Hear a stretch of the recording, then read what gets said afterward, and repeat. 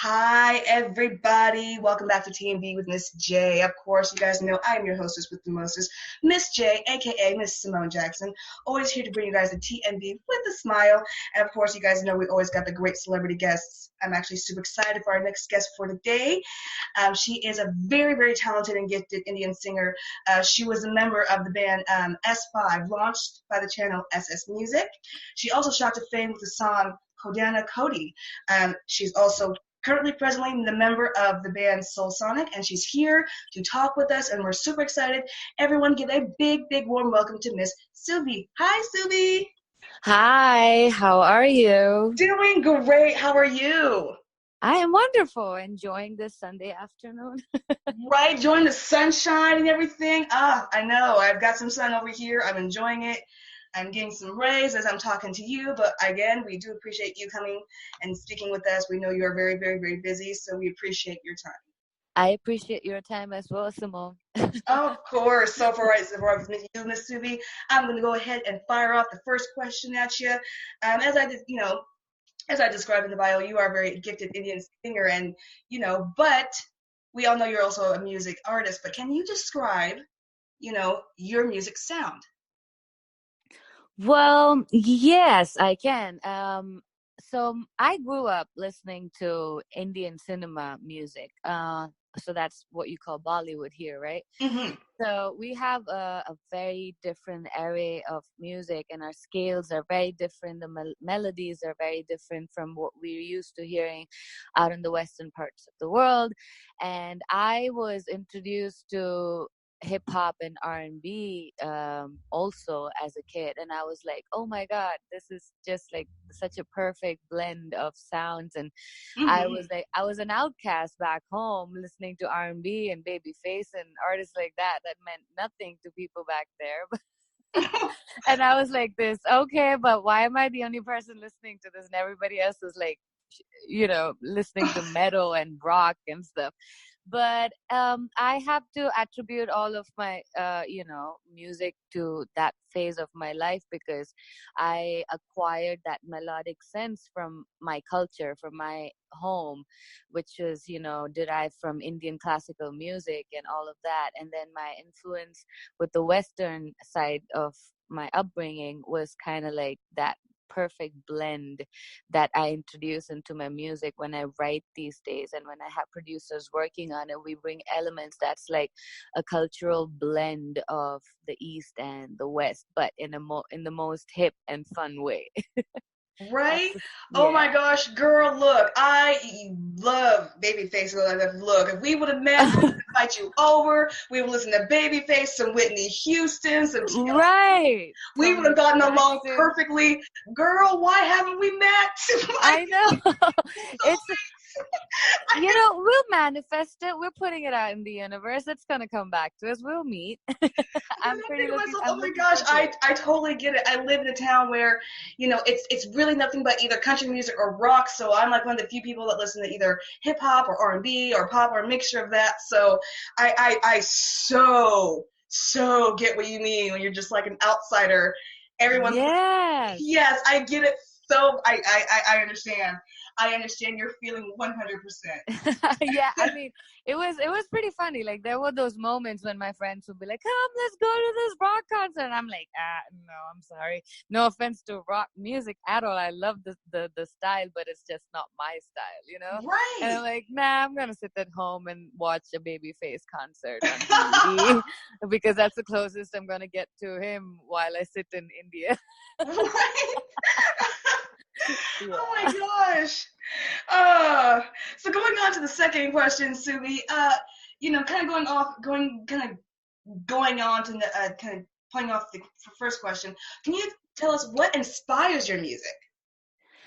Oh, that's easy. So for me, my music comes from my life.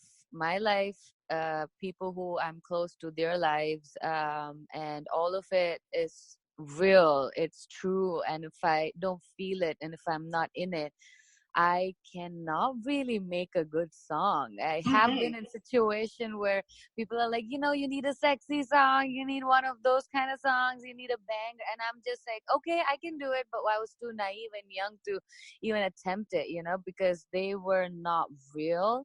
And I have promised myself after a certain point, I'm like, if I write it, it's going to be something that's relatable for me, which in a way will be relatable for other people like me, instead of all of us just trying to do the same stuff that's out there. So Exactly. life, yeah, life Mm-hmm. is definitely my inspiration. Yeah, no, I can totally understand that. Totally understand that, but we all have to we have to be, honest here. The music industry can be super, super, super tough. What are some of the struggles that you face, trying to break into the music industry? Well, besides the fact that I'm 10,000 miles away from my family. Well, yeah, that's a huge struggle. Yeah, that is a very huge struggle for it. Yeah. Oh, yeah. Dude, yeah, I mean, it's crazy. Like when I knew that, I used to sing for Indian movies back home for almost like 4 to 5 years. And then when I realized that there's like nowhere more for me to grow, especially in the genre and the kind of musical stuff that I wanted to be doing, I realized I needed to move from Chennai um, to like either London or LA. These were my two options. So when I decided to make that move, you have no idea the gripe I faced from my family. Oh, no. They were like, why would you throw away something so good in your life and start all over again? And I'm like, that's that music bugging me. I gotta go. I gotta chase it. I Yes. gotta, live my passion. I have to find out if I didn't do it, I would regret 10 years from Mm, at that point, like what if I ever did that? I would always be thinking about it. And I was not in a place to, sacrifice my own life for that kind of a situation. So for me, my biggest struggles have always been with coming to terms with the fact that I'm so far away from home, the mhm. comfort, my family, like love, and everything. But priorities and passion sometimes like take over your life, and just to remind Absolutely. yourself that these struggles are all going to be worth it. It's gonna pay up. It's gonna like mean something to somebody else, even if it's just one or two kids out there who got super inspired to take on after me because I did something like that. They were like, we can do it too, like that kind Yes, of absolutely. yeah, that kind of an outlook really helps through the struggle, but the struggle is real. I'm Of not course, even girl. kidding. The struggle's always been real, okay? It has Yes, always been real. yes. You know what I'm talking about. Yes, girl, I do. Trust me, I feel that. Look through the screen. I feel the struggle, okay? I feel that struggle. Yes. It's real. So. And I'm not about that life, where I go around telling people, "Oh, my life is perfect. It has no flaws. Everything is like an Instagram selfie." Like no, it's not. It's everybody Right. goes through it, and we have to all come to terms with it and be okay with it because that's just the path that was laid out in front of you to go through. So, like, I would tell people that, like, don't get caught up in other people's life. That's not yours. You just focus on yours. Mm-hmm. Mm-hmm. Hmm. I so agree with that. So agree with that. Going on to the number 4 question there, Miss Suvi. Who do you look up to in the music industry and why? That one, there's been like, okay, so different parts of my life have like different people inspiring me. I would say when I was a kid, because in India there weren't too many artists that would break through. It was Michael Jackson all over the place. Mm-hmm. And so for me, he was everything, no matter what the dramas attached to his name is and all the craziness, but his music always spoke to me, Amen, as a girl. Amen. yeah, like my dad, when I was like 7 or 8 years old, he was like, who's your favorite artist? And I'm like, Michael Jackson. And he will be like, that's because you only know Michael Jackson. What? And I'm like, yeah, that's true. But it's changed. Like I said, I would love listening to Toni Braxton because of just the way she used her voice and a Oh, way that was girl. so Yes. different. Yes. Yeah. like owning that when everybody was up there belting and doing the acrobats, like she was so comfortable just staying in that comfort zone, and that like really showed me to, how to be confident and comfortable with your own set of skills that you have, and you don't have to always try to like push to be extra, like that was so she was definitely one. And with writing, I love listening to Sting and Stevie Wonder. They have taught me so much when it comes to writing music, just lyrically and compositional aspects of it. It's yeah. So I feel like it's always an evolving pattern of inspiration that I find. Mm-hmm. Oh yeah. Yeah. Oh girl, I love all the choices. Love them. Thank you. Love them. Going on to the number five question. For any newcomers who are just discovering who you are, discovering your music, what song would you suggest to them for them to listen to of yours to really get who you are as a musical artist? Oh, what's out there? Wonder Woman for sure. Like that really sets a tone as to what I'm trying to tell the world. Like, owning yourself, no matter who you are, no matter your struggle, no matter how many people try to break you and, tie you out and pull you out of the ring, all of that.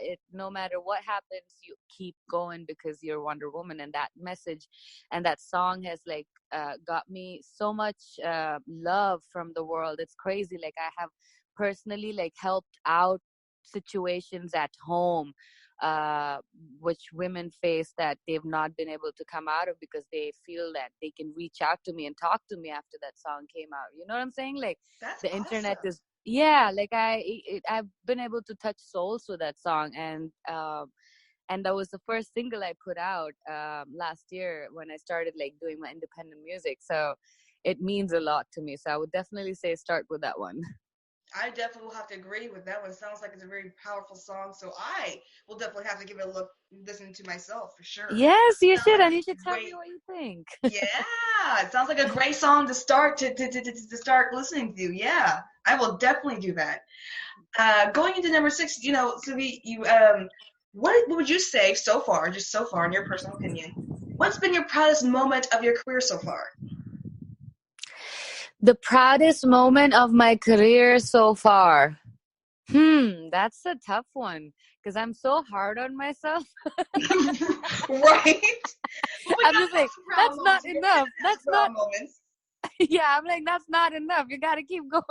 She said But that's not enough. You gotta keep going. yeah, Oh my but no, goodness. if I remove that little person on my shoulder, I would say, like, when I think making that move from a city in India to LA to pursue music without anybody's help on a full ride scholarship, and to go to school and then just pursuing my life here, when I've seen so many of them come and go and come and go, and it's sad. It's Mm-hmm. sad when you see people come with a dream and then they're not able to fulfill it and they go back. And for me, I'm always grateful about the fact that I have been able to stick it out and really like put in the work, and because it's not easy. And especially if you're not a citizen in America, like with the visas and all Mm-hmm. of that stuff, it's a whole different world.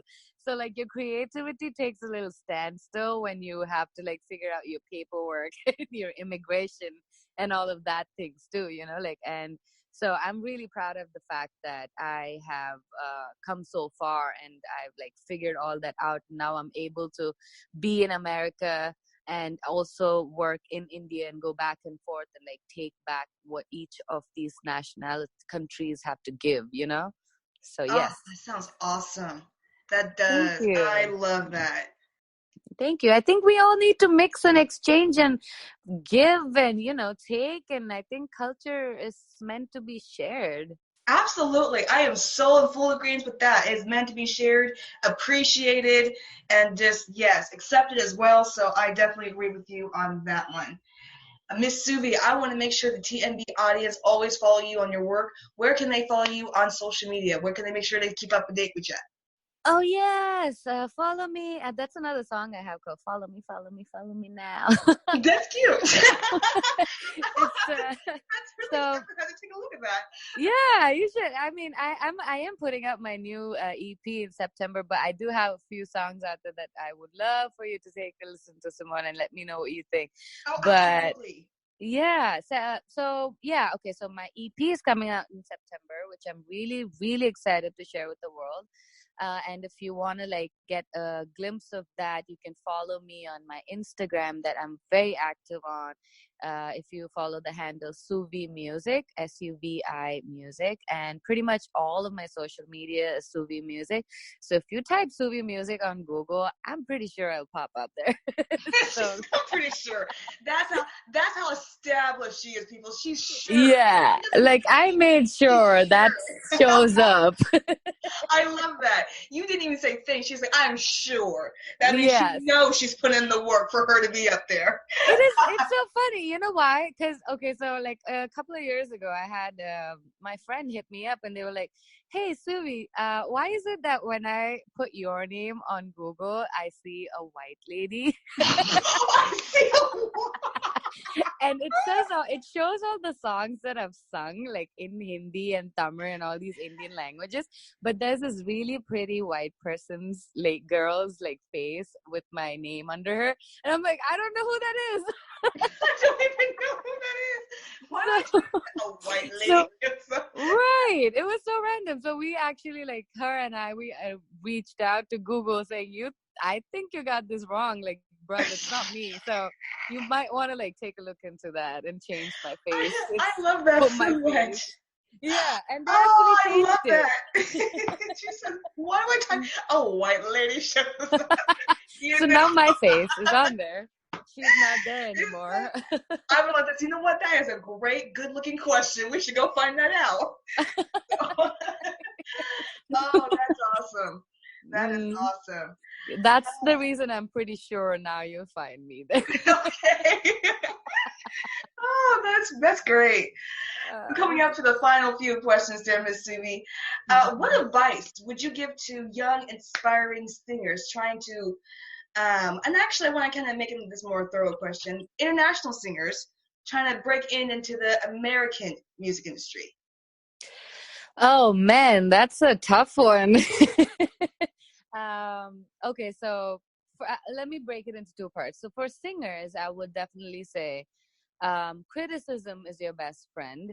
It's always been what's like helped me get ahead in my career, because when I was younger and I was part of like a bigger team of musicians, and I was always the weakest link, and people would actually like be like, "You're a terrible singer." Like, Ouch! yeah, it was Gosh! painful. Like, but what I did was I channeled that whole energy into honing my skills, like enrolling in classes and learning and singing, just like listening to people that I loved and working on my craft. And that really helped catapult me to where I am right now, to a point where I'm so comfortable with my vocal abilities, and just happy that I put in that work. It really worked. But if I looked at those criticisms as a way to, oh my god, that's terrible, I'm just gonna give up, it would have been a whole different story. But I turned it into something positive.